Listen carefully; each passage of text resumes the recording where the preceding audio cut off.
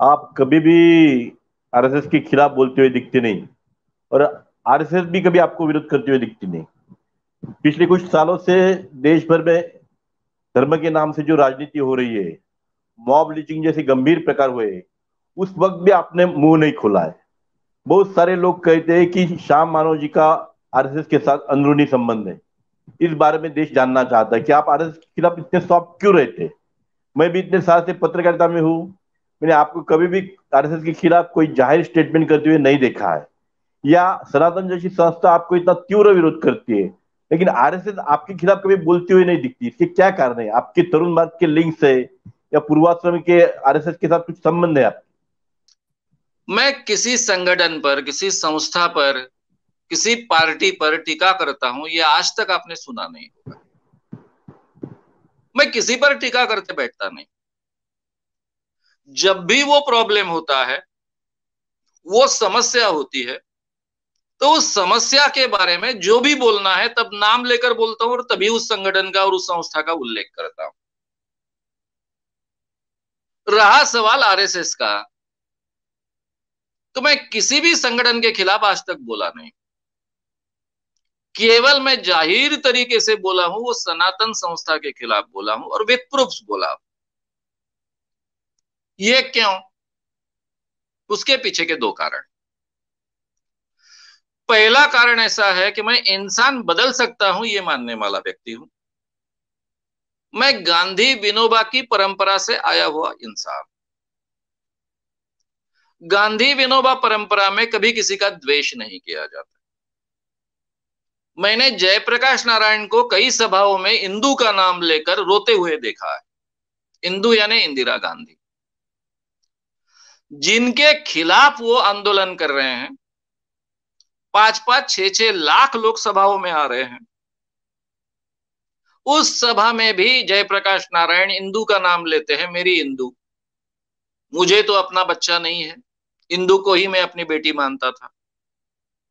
बचपन से उसको देखते आया हूं। इस ढंग की बातें कहकर वो खुद भी रोते थे और पूरे पब्लिक को भी रुलाते थे। यानी इस ढंग का विरोध करने वाले व्यक्ति मेरे सामने आदर्श थे।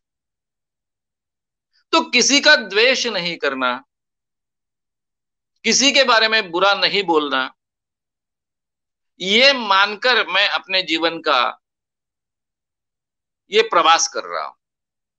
अब रहा आरएसएस का सवाल। मुझे पहली बार मागो वैद्य ने एकदम से बड़ा पत्रकार बना दिया। उसके पहले मैंने कभी लिखा भी नहीं था। मेरे जीवन में मैंने केवल तब तक 3 छोटे आर्टिकल्स लिखे थे। एक साधना में प्रकाशित हुआ था, 2 मानुस में प्रकाशित हुए थे।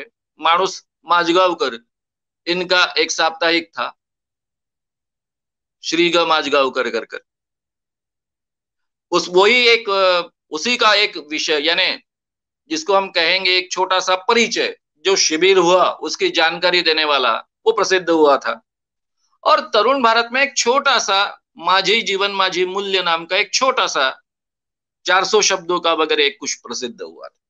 मैं बहुत लिखता था लेकिन कभी प्रसिद्ध नहीं हुआ था। ऐसी स्थिति में मागो वैद्य नाम की एक महाराष्ट्र के जानी मानी हस्ती, तरुण भारत की संपादक, जो आगे चलकर आरएसएस के बौद्धिक प्रमुख बने, वो यवतमाल में मेरे रसवंती में आते हैं, हम सबसे मिलते हैं, मुझे नागपुर आने के बाद मिलने के लिए कहते हैं।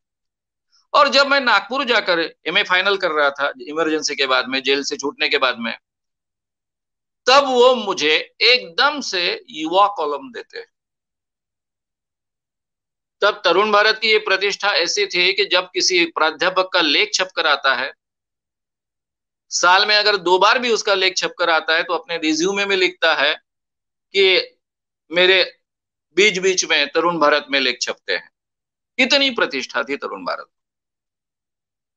वो कॉलम के कारण मुझे एक बहुत बड़ा अस्तित्व मिला, हथियार मिला, जो बदलाव का एक हथियार बन सकता है, इसका मुझे एहसास हुआ। मैं एक नामचीन पत्रकार बन गया। इसी कारण मुझे मुकुंदराव किर्लोस्कर जी ने पूना ले गए। मुझे पूरे महाराष्ट्र में पत्रकारिता करने का मौका मिला, और उसके बाद में मैंने ये संगठन शुरू किया। अगर मैं पत्रकार नहीं होता, एक नामचीन पत्रकार नहीं बन चुका होता, तो इतने अच्छे ढंग से ये काम खड़ा नहीं हो पाता, ना ही इस काम को इतना रिस्पॉन्स मिलता। मैं वक्ता तो था, लेकिन उसके साथ में पत्रकार था, लोग मुझे बहुत जानते थे, इसलिए ये सब आगे का प्रवास हो सका। तो उसमें तरुण भारत का तो बड़ा हिस्सा है। केवल यहां तक ये बात मर्यादित नहीं।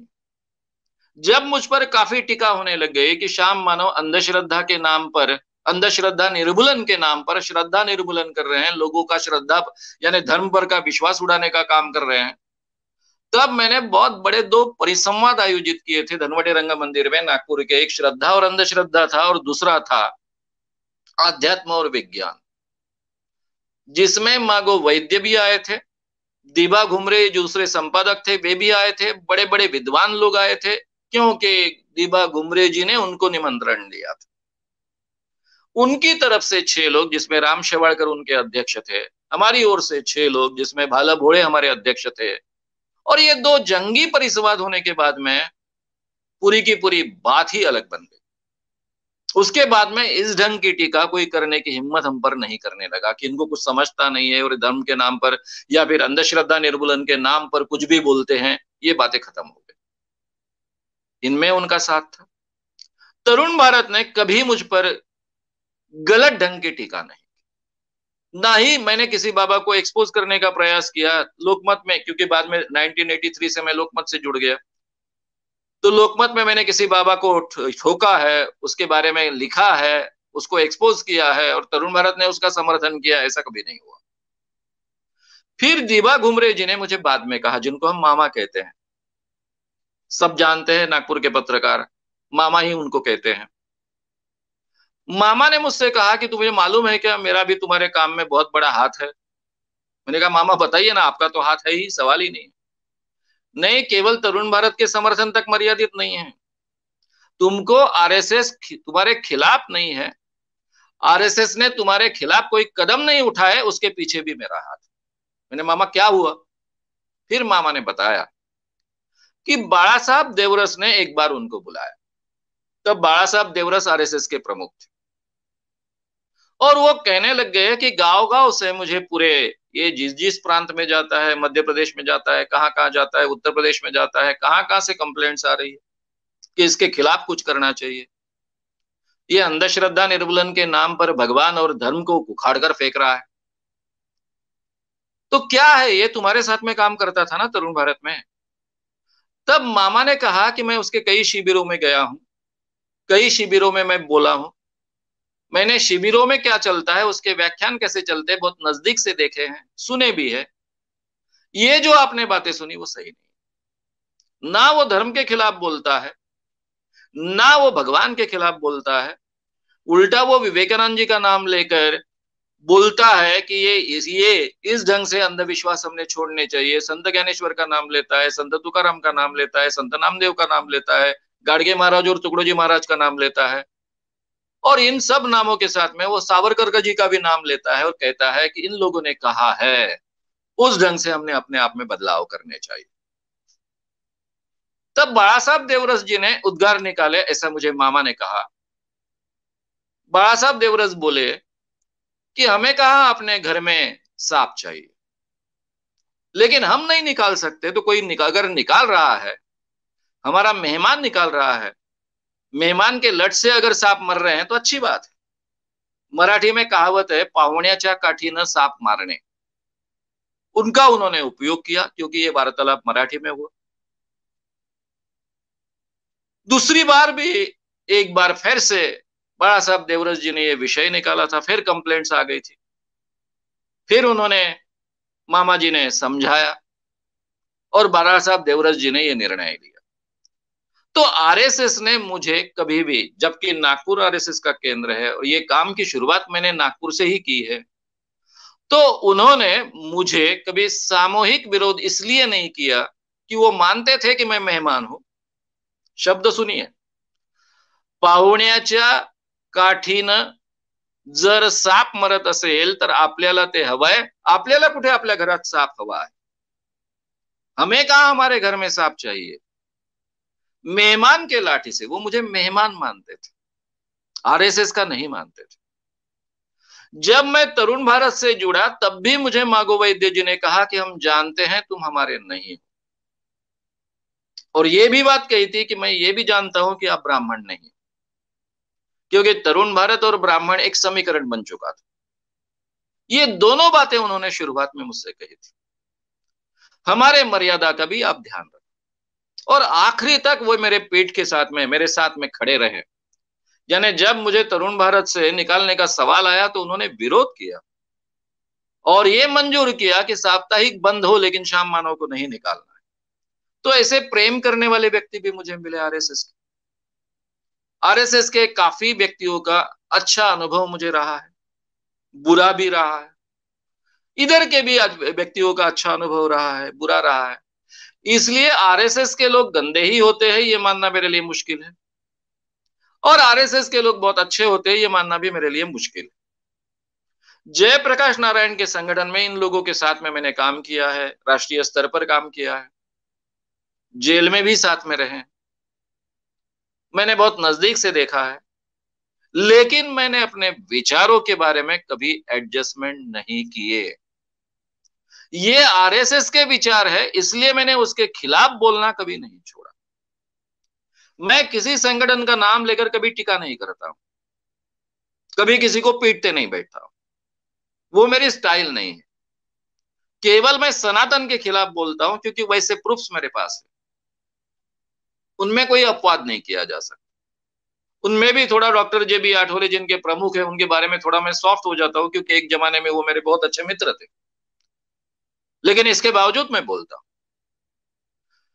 आरएसएस के खिलाफ नहीं बोलता हूं इसका मतलब ये नहीं कि उनके विचारों के खिलाफ मैं बातें नहीं रखता, वो ताकत से मैं रखता हूं, हमेशा रखते आया हूं, आप भी सुनते आए। लेकिन आरएसएस संगठन का नाम लेकर ठोकना वगैरह ये स्टाइल मेरी नहीं है, ना मैं किसी संगठन का नाम लेकर ठोकता हूं कभी। तो इस बात को आप समझिए, मेरे काम को जो मदद मिली है वो आरएसएस के लोगों की भी मिली है, क्योंकि आरएसएस में ऐसा एक तबका है जो सावरकरवादी विचारों का है, जो मानता है कि अंधविश्वास के कारण हमारा बहुत नुकसान होता है, तो अंधविश्वास हमारे से छटने चाहिए। मेरे काम को सभी दलित संगठनों का हमेशा समर्थन मिला है, अंबेडकरी विचार के लोगों का समर्थन मिला है, फूले विचारों के लोगों का समर्थन मिला है, समाजवादियों का समर्थन मिला है, इतना ही नहीं तो कम्युनिस्टों का समर्थन मिला है, और मेरे संगठन में हर विचारधारा के लोग रहे हैं, काफी सालों तक काम करते आए हैं, उनको सब साथ में लेकर मैं काम करते आया हूं, क्योंकि मैं गांधी विनोबा के विचारों में पला बड़ा व्यक्ति हूं। सब लोगों को साथ में लेकर चलना चाहिए, किसी का द्वेष नहीं करना चाहिए, और इंसान बदल सकता है। ये तीन चीजों के आधार पर मेरा काम चलते रहा है, इसलिए आपको ऐसा लग सकता है कि मैं आरएसएस से बहुत जुड़ा हुआ हूं। आरएसएस वाले मुझे अपना नहीं मानते। अगर वे अपना मानते तो गए 5 सालों में जो महाराष्ट्र का राज्य था, आरएसएस का राज्य था, उसमें बहुत बड़ा काम करने का अवसर मुझे मिलता, लेकिन मुझे एक भी काम करने का अवसर गए 5 सालों में नहीं मिला। उसके बारे में, कानून के बारे में जब बात करेंगे तब बात करेंगे। तो आरएसएस वाले काफी, उनमें जो लोग हैं खास कर भाजपा के, वो मेरे अच्छे मित्र हैं।